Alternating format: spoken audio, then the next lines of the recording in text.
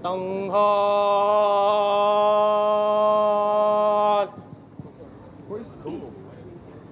Ta! We just start. Kalupunan, mga pinuno at kawal. Tanghal! Ta! Mga kababayan, ang pambansang awit ng Pilipinas.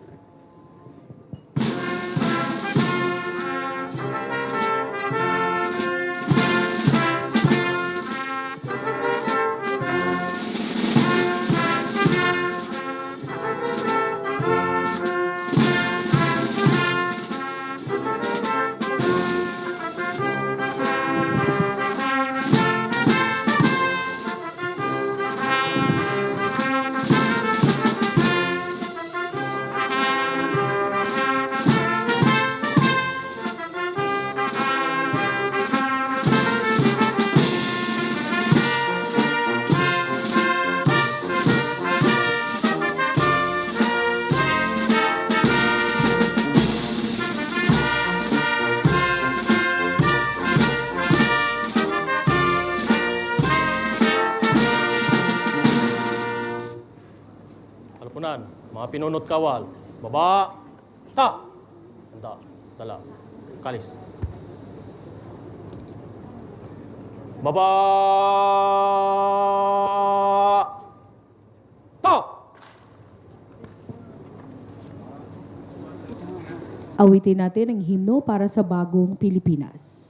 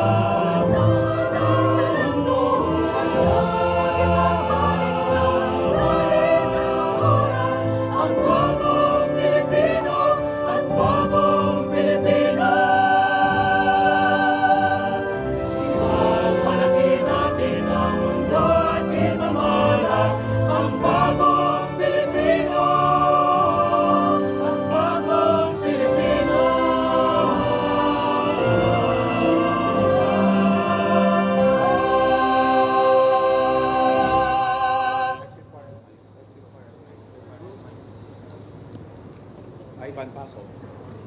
Taas ka ng kamay! Ta! Ivan. Kalupunan, mga pinuno at kawal. Taas ka ng kamay. Ta! Mambo. Goma. No audio. No. Bilang Pilipino, buong pagmamalaki kong isa sa buhay ang bagong Pilipinas. Buhay sa aking dugo ang lahing dakila, magiting at may dangal, palaging dadalhin sa puso, isip at diwa ang pagmamahal sa kultura at bayang sinilangan, kaisa ng bawat mamamayan.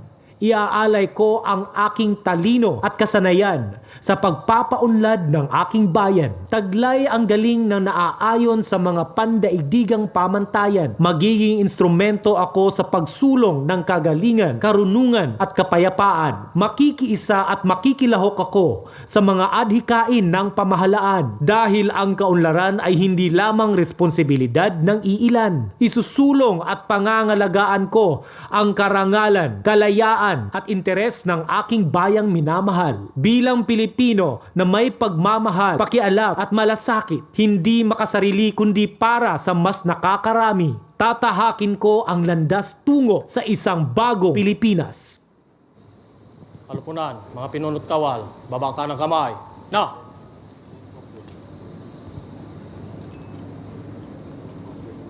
Baba ka ng kamay. No! As we celebrate this significant occasion, let's take a moment to pay our respects and remember the great hero and leader who etched a great legacy in our history. Sa sandaling ito, ating saksihan ang pag-aalay ng bulaklak sa bantayog ni Pangulong Ferdinand E. Marcos Sr. na sumisimbolo ng ating pagkakaisa at pagkakilala sa kanyang hindi matatawarang kontribusyon sa ating bayan. Leading the wreath-laying ceremony is His Excellency Ferdinand R. Marcos Jr., President of the Republic of the Philippines. He will be accompanied by Honorable Matthew J. Marcos Manotoc, Governor of Ilocos Norte, and General Romeo S. Browner Jr., the Chief of Staff of the Armed Forces of the Philippines. May we request the First Lady Luisa Araneta Marcos, Senator Maria Imelda Josefa Remedios R. Marcos, Representative Ferdinand Alexander Marcos, Representative Angelo Marcos Barba, Mr. William Vincent Marcos, and Joseph Simon Marcos to stand behind the diocese. Mahal na Pangulo, handa na po para sa pag-aalay ng bulaklak. Pihit pa kanan. Kad.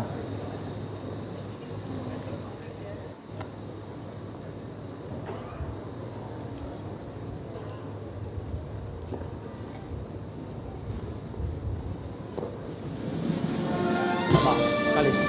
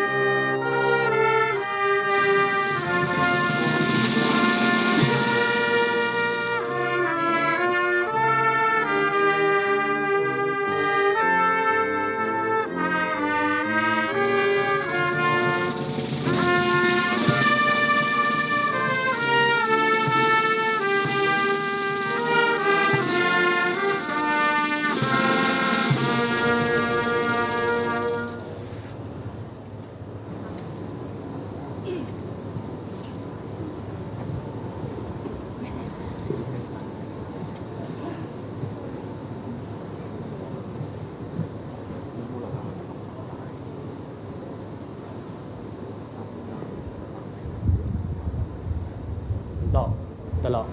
Kalis. Tanghal!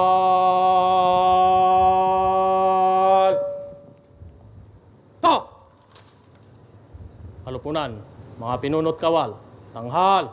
Ta!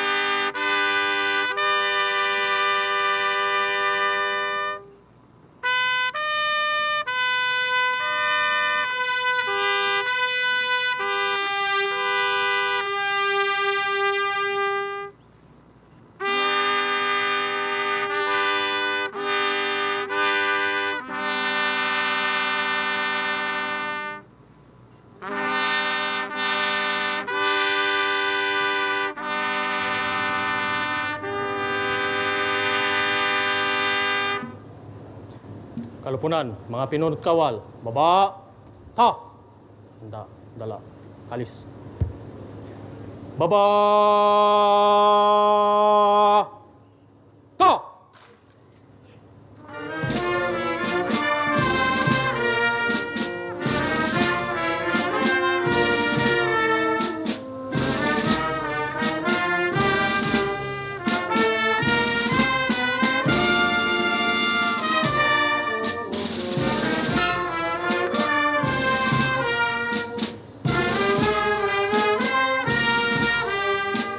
Okay, pangalan. Kad.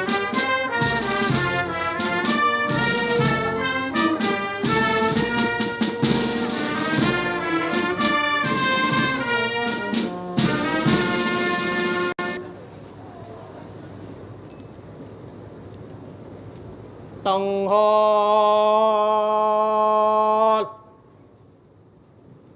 Ta. Kalupunan, tanghal. Ta. Kalupunan, baba. Ta. Handa.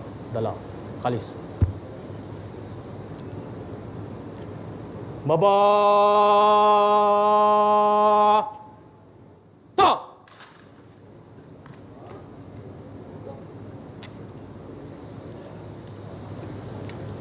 Mahal na Pangulo, tapos na po ang pag-aalay ng bulaklak. Baba. Kalis. Well, that concludes the wreath-laying ceremony. Kalis. The rest of the guests may be seated. Kalupunan. In a short while, we'll proceed with the program proper. Wait lang, wait lang, wait lang. Thank you, ma'am. Thank you. So.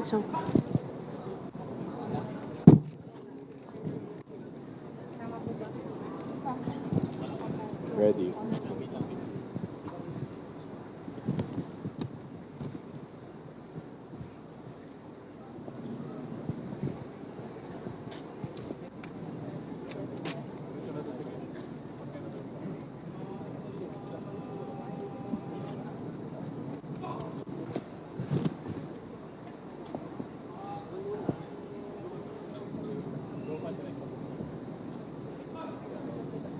Pasok.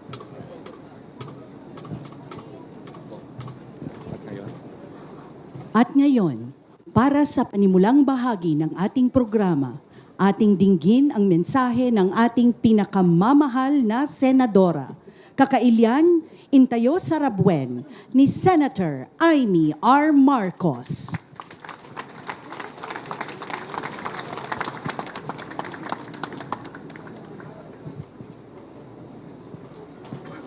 very good.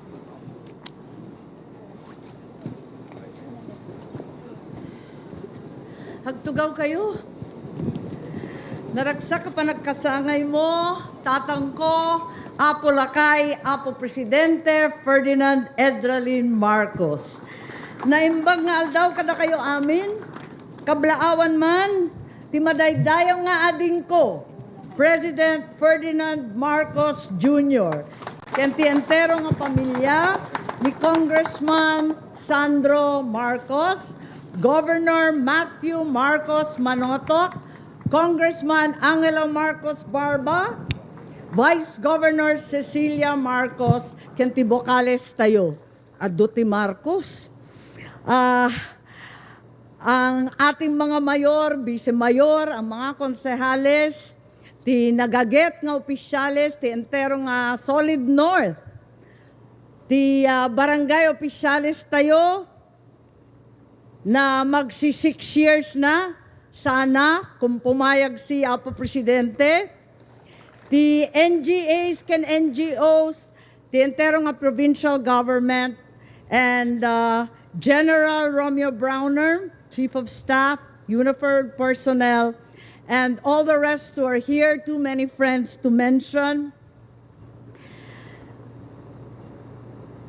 Awanen ti maiparbeng abalikas nga ibagak, kas panang rugi ti mensak, kada kayo no saan nga agyamanak ti adu kada kayo amin, agyamanak apo. Agyamanak ti adu ti panagayatyo sipud pay idi aging gana kadagitoy a panawin, ken nitatang ko, ti maingel nga anak ti Batak, anak ti Ilocos Norte, ken ti Ilocanja, Apolacay, Presidente Ferdinand Edralin Marcos. Ngem agpaypayso, agtultuloy asibibiyag ti tatang ko, kaditi tunggal maysa agtutubo ngag-adadal iti public high schools kadda state universities and colleges ken MMSU nga inrugina akas maysa a probinsyano kagurgura iti Manila. Si bibiyag ni tatang ko kadagiti manalon ken mangalap anatulungan na asapay kuma a mapabangon tay manen. Si bibiyag latta ni Apolacay kadagiti negosyante nga kalakal taigid ti dalan. Rangtay ti pier ken airport nga inaramid na. Si bibiyag ni Apolacay kadagiti kakailyan tayo a pasyente, doktor, kada nurse, kadagiti ospital na inpundar na. Nang nangruna iti amin, agtultuloy as si bibiyag ni Apolacay, ni tatang ko, kadagiti puspuso, iti tunggal maysa nga Pilipino, tunggal maysa nga Ilocano, nga iti anaman arinigan rigat, ken panang aliw. Kas kanya, ako ay Pilipino. Taas noo kahit kanino. Naragsak nga panagkaisang mo tatang ko jay langit. Happy, happy birthday Batak. Happy birthday Ilocos Norte and the Solid North. Diyos te agnina, kada kayo amin. Agyaman kami, Senator Amy R. Marcos. Itata intayo denggen ti panangibinglay kadatayo ti mensahe ti mangidadaulo ti probinsya ti Ilocos Norte. Ken iti panangipaamuna iti madaydayaw a bisita tayo iti kadaytoy a pasamak. Please welcome Governor Matthew J. Marcos Manoto.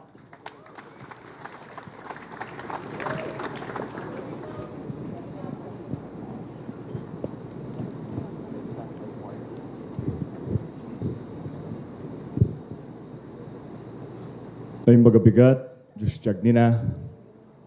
Of course, allow me to greet all of the officials here this morning. It's our great honor to welcome you here, back home in Batak, Ilocos Norte, His Excellency Ferdinand Marcos Jr., First Lady Lisa Marcos, Congressman Sandro, Simon, and Vincent, our very own Senator Amy Marcos, welcome back home, ASEC Tony Tabura, General Romeo Browner, Congressman Angelo Marcos Barba, Vice Governor Cecilia Araneta Marcos, and our board members, all of our mayors, vice mayors, and councilors, our dear barangay officials, our uniformed personnel, my PGIN family, those from the private sector, Governor Manuel Mamba, Mayor Myla Ting, Gov. Rodito Albano, Vice Gov. Boji D, Mayor JC D, Kong Faustino D, Kong Solomon Chungalaw, and Kong Mark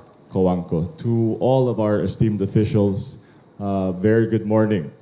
Of course, today, thanks to the President, we enjoy a special non-working holiday in Ilocos Norte. But as we enjoy our freedom bestowed upon us by the President, let us be mindful of the reason and the history behind this holiday and our recreation today. Well, for most of our kakailian, not for us who will go around later. May we remember, may we commemorate, and may we honor the legacy of Ferdinand Marcos Sr., President Ferdinand Marcos Sr., an Ilocano who rose from humble beginnings right here, originally, of course, in Sarat, but right here in Batak, to the highest position of the land. And always remembered where he came from, always came home to Batak, and always prioritized the Ilocano. And that is the legacy we, together, must keep alive, and the ideals that we must live by every day for the rest of our lives, to put first our dear province and, of course, our beloved country. Ladies and gentlemen, it is my distinct honor and pleasure to introduce to you the President of the Republic of the Philippines, His Excellency Ferdinand R. Marcos Jr.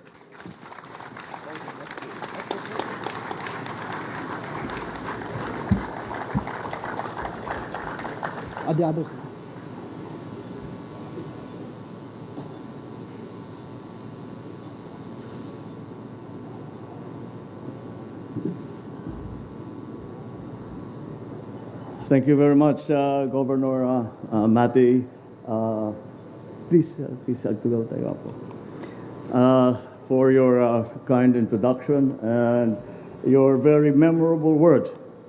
I'd like to greet, of course, Senator Amy, who has, after a long time, has managed to find time to, in her campaign schedule, kampanya na eh, in her campaign schedule to be with us here today. Ilocos Norte 2nd District Representative Angelo Marcos Barba. Ilocos Norte Vice Governor Cecilia Araneta Marcos. Ilocos Norte 1st District Representative. Up to now, I will tell you the truth, hindi ko masanay-sanay na binabati ko yung anak ko na pero talagang kailangan ng batiin dahil congressman na eh. So, 1st District Representative Congressman Sandro Marcos, the Chief of Staff of the Armed Forces of the Philippines, General Romeo Browner Jr., the officials and employees and residents of Batak, led by Mayor Alfred Chua.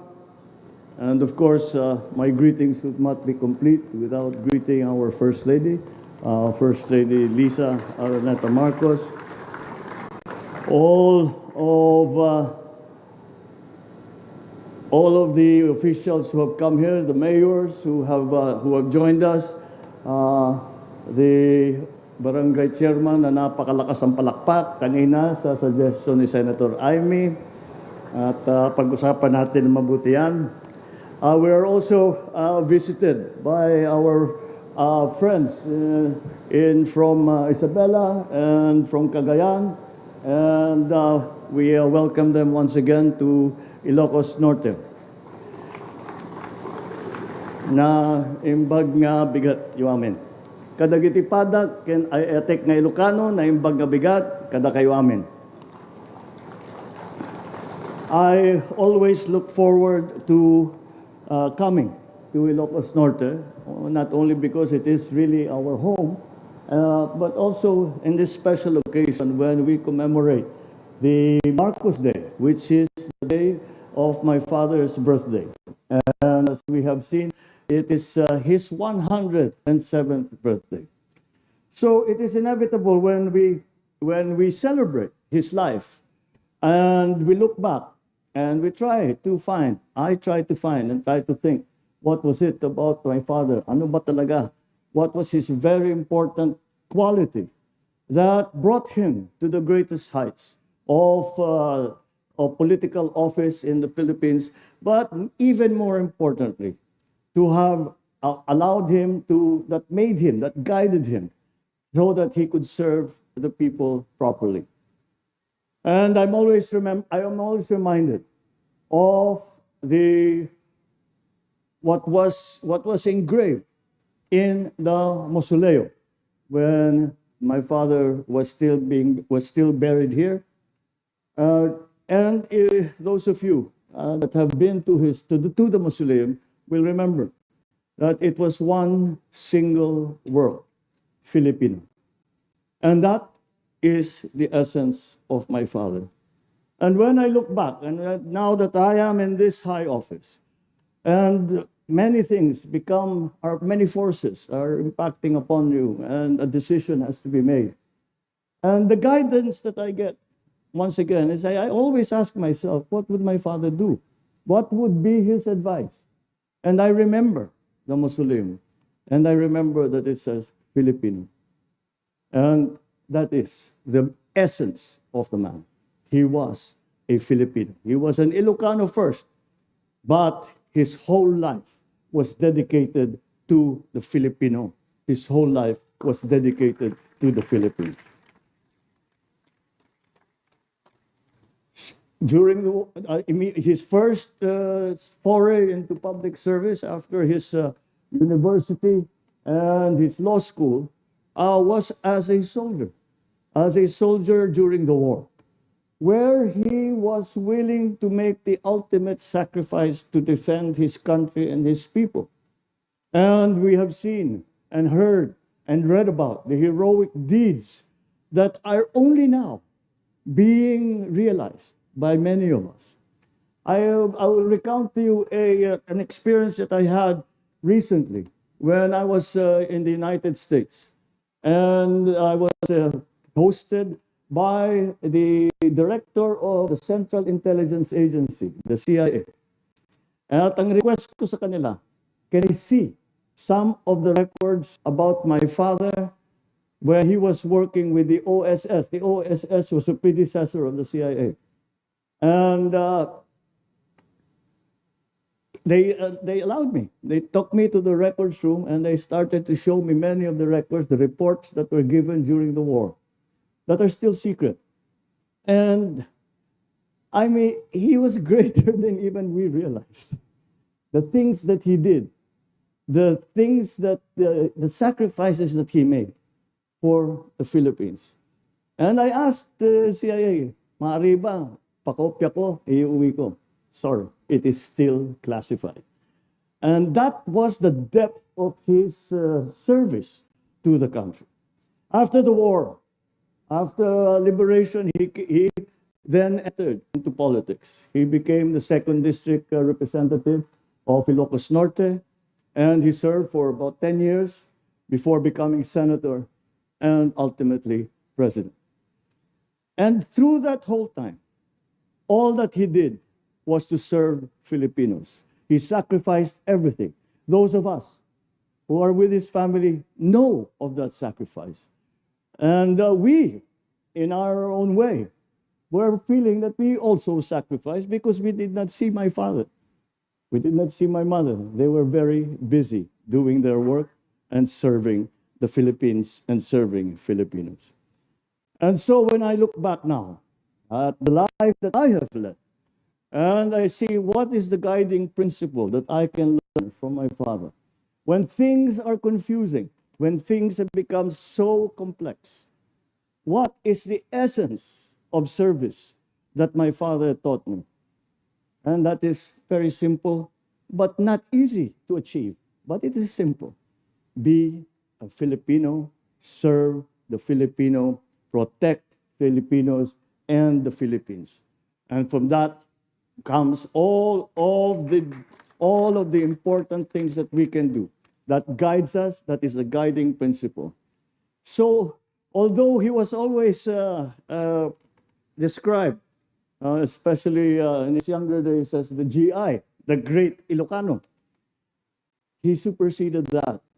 And of course, he loved Ilocos. He loved Batak. He loved Sarap. He loved all of you who were with him through all of the trials and tribulations that he went through. But then I suppose he saw the essence as well of Ilocanos. We are essentially, because we are Ilocanos, but we are here in the Philippines. And the greatest service that he could do was to serve the entire country of the Philippines. So if we are to continue on this important legacy that he has left us. What again will be our guide?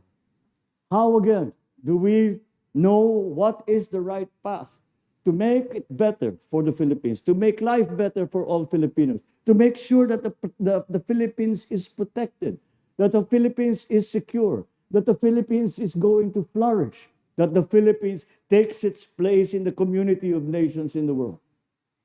And I have followed that credo from the very beginning of my term, and I will continue to follow that credo. Be a good Filipino. Be a Filipino that loves your countrymen. Be a Filipino that loves your country, and do everything and sacrifice everything to achieve that purpose, to achieve that goal, that you become a good Filipino and you leave the Philippines a better place than you found it. That is my continuing guide. That is the credo that we should live by. And for that, I will be eternally grateful to my dad for the lessons that he taught us, for the values that imbued in our very souls. And that has served us all well. And so as we go through our daily lives, let us always remember that in the end, we do what we do. All that we do for Filipinos. All that we do for the Philippines. Let us be together in that. Let us continue that legacy of love of country. Let's continue that legacy of love of your kababayans. And I think that if we do that, that we will always be led in the right direction. Happy birthday, Dad. Naimbag kay Panang Kasangay. And thank you for all that you have given us.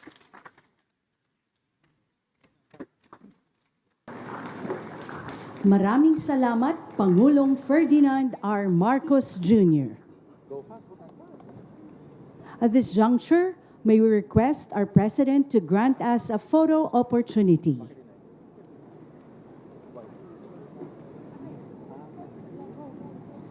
First, may we call on First Lady Luis Araneta Marcos, Senator Amy Marcos, Congressman Ferdinand Alexander Marcos, Congressman Angelo Marcos Barba, Mr. William Vincent Marcos, and Mr. Joseph Simon Marcos to join the President.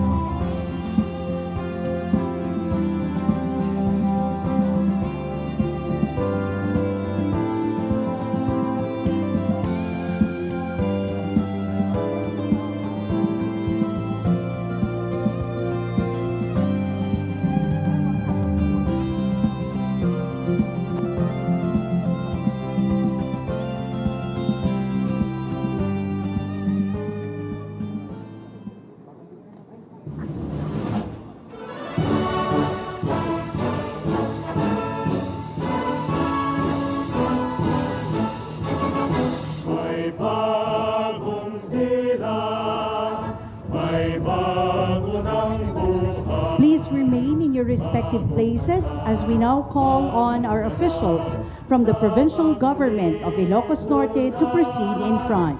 Ilocos Norte mayors, please stand by and prepare.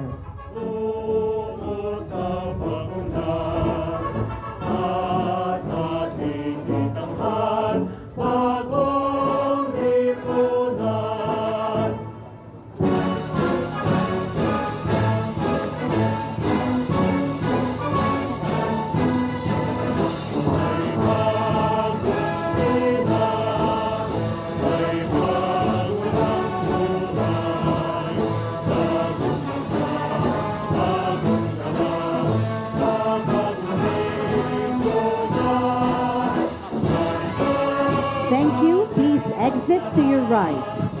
Next, mayors from the 23 towns of Ilocos Norte.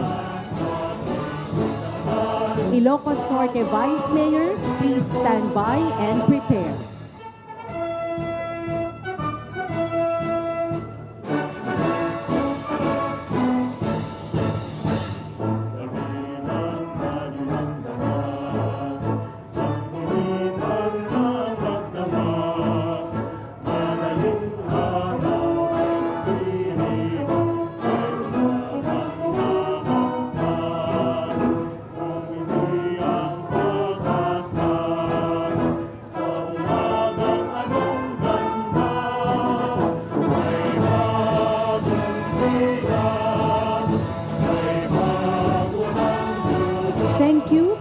exit to your right.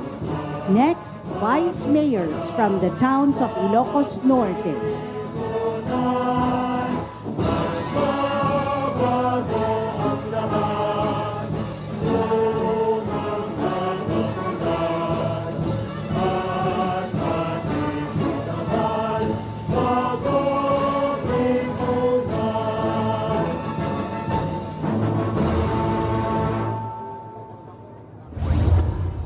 Subscribe Fire Mike channel.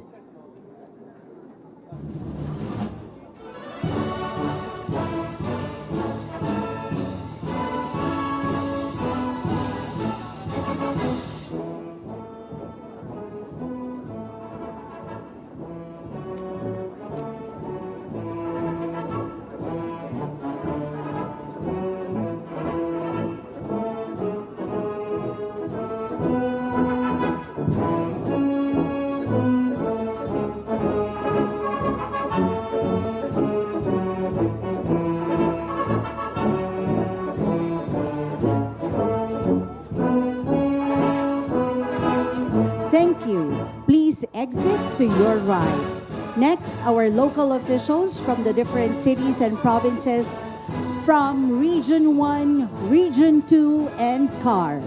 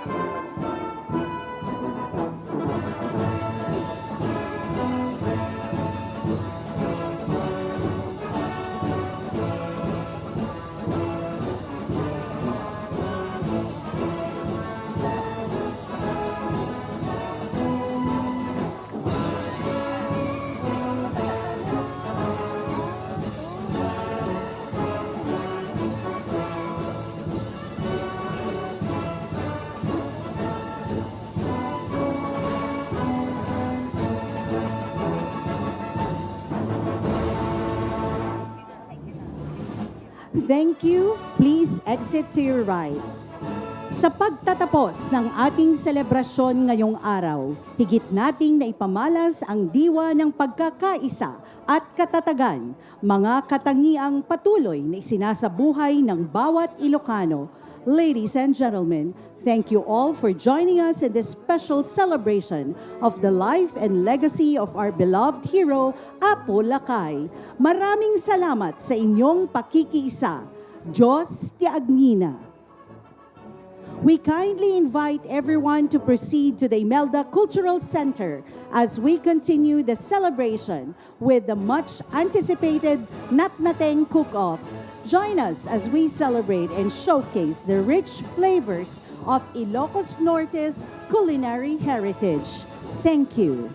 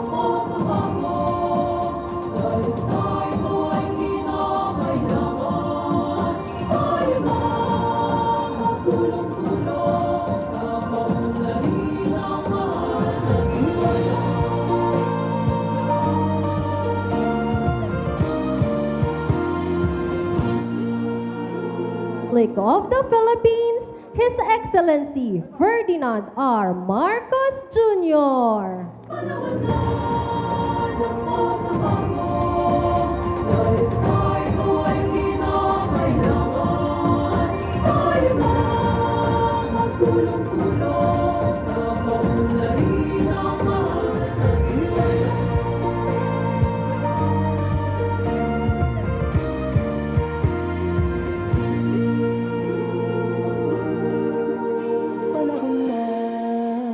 pagbabago, dahil sa ito ay kinakailangan tayo na magtulong-tulong, napaunlarin ang mahal nating bayan.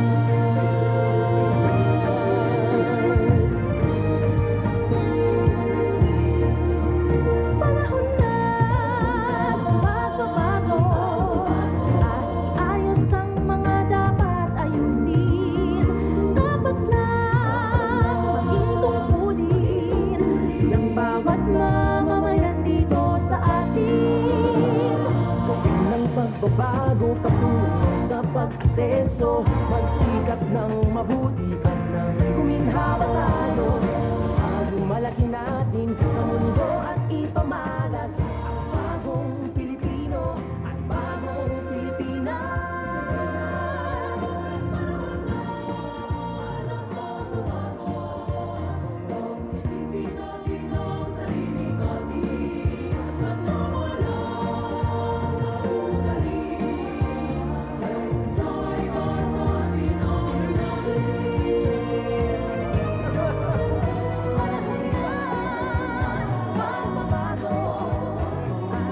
Una sa kahit anong larangan, ang tagumpay ay karangalan. The President is now visiting Lawag Booth. Ulit nang napatunayan ng Pilipino ang husay at takas, kagandahan at talento. Makipagpaligsahan kahit anong oras, bagong Pilipino at bagong Pilipinas.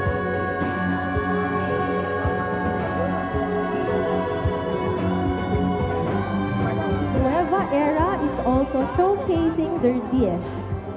Natin ay gawing maaliwalas, magandang bukas, bunga ng bagong Pilipinas.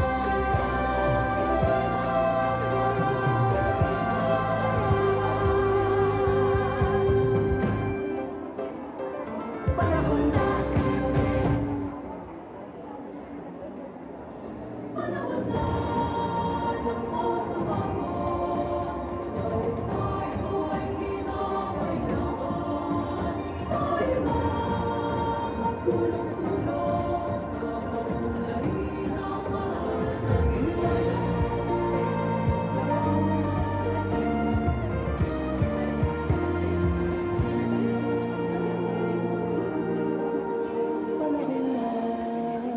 pagbabago, dahil sa ito ay kinakailangan tayo na magtulong-tulong, napaunlarin ang mahal nating bayan.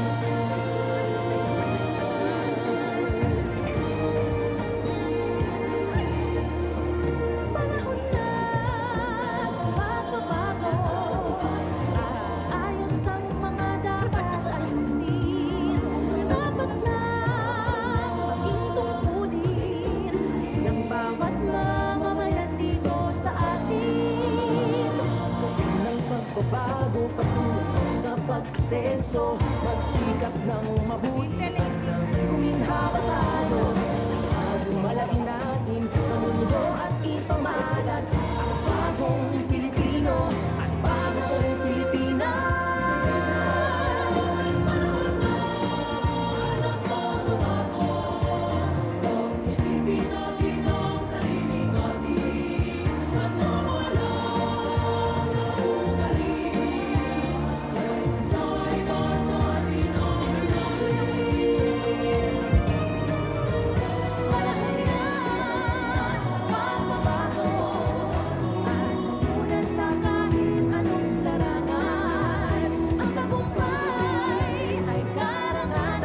City of Batak is now offering their inabraw.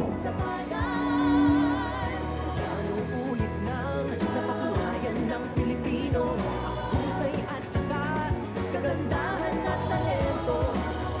Makipagpaligsahan kahit anong oras. Bagong Pilipino, bagong Pilipinas.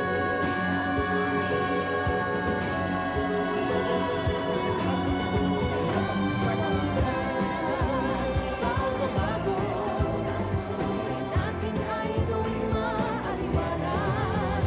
Langit magandang bukas, sumunga ng bagong Pilipinas.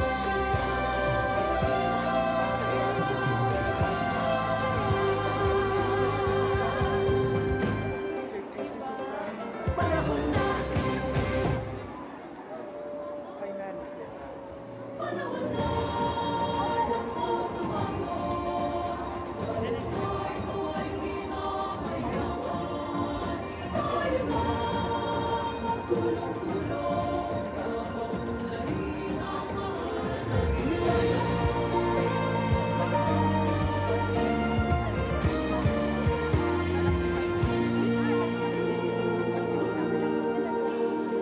na ng pagbabago, dahil sa ito ay kinakailangan tayo na magtulong-tulong, napauna rin ang mahal nating bayan.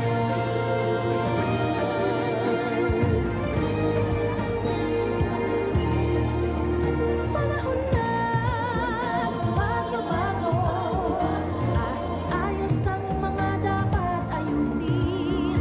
Dapat lang maging tungkulin ng bawat mamamayan dito sa atin. Ang pagbabago patungo sa pag-asenso. The President is now at the booth of the Municipality of Nueva Era. Malaki natin sa mundo at ipamalas ang bagong Pilipino at bagong Pilipinas.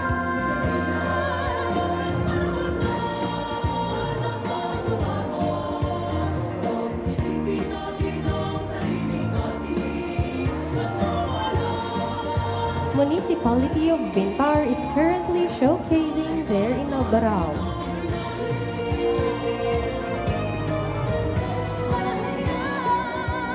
Pagbabago at muna sa kahit anong larangan. Ang tagumpay ay karangalan. Nanay o ihandog natin sa bayan. Ulit nang napatunayan ng Pilipino ang husay at takas, kagandahan at talento. Makipagpaligsahan kahit anong oras. Bagong Pilipino, bagong Pilipinas.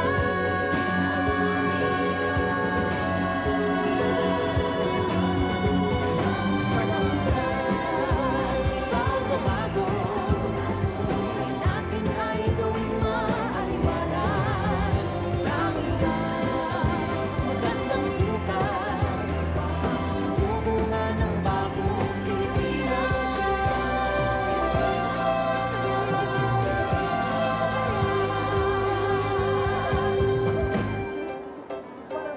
Panahon na.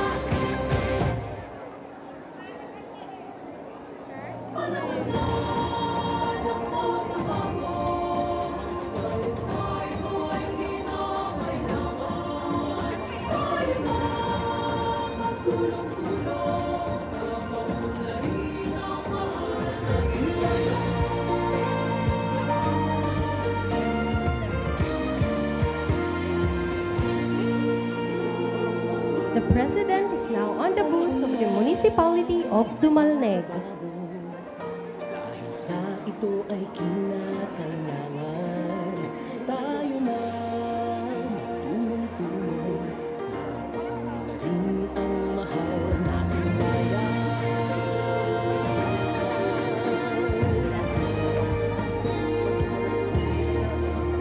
Panahon na ng pagbabago at iayos ang mga dapat ayusin.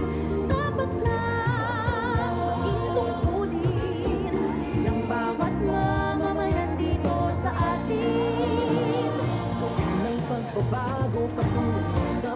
asenso, magsikap ng mabuti. The President is trying the dish of the municipality of Paway. Ipamalas ang bagong Pilipino at bagong Pilipinas.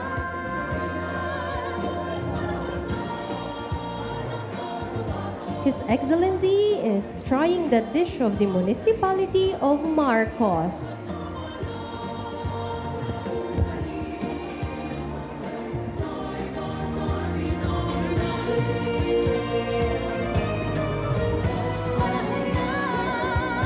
Pagbabago at muna sa kahit anong larangan. Ang tagumpay ay karangalan.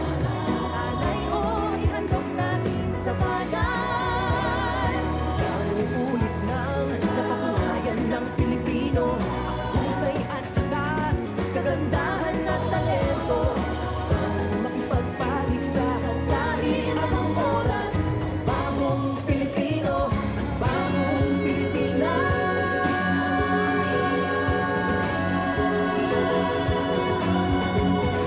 Mananggal, pagbabago. Tunay natin ay gawing maaliwalas.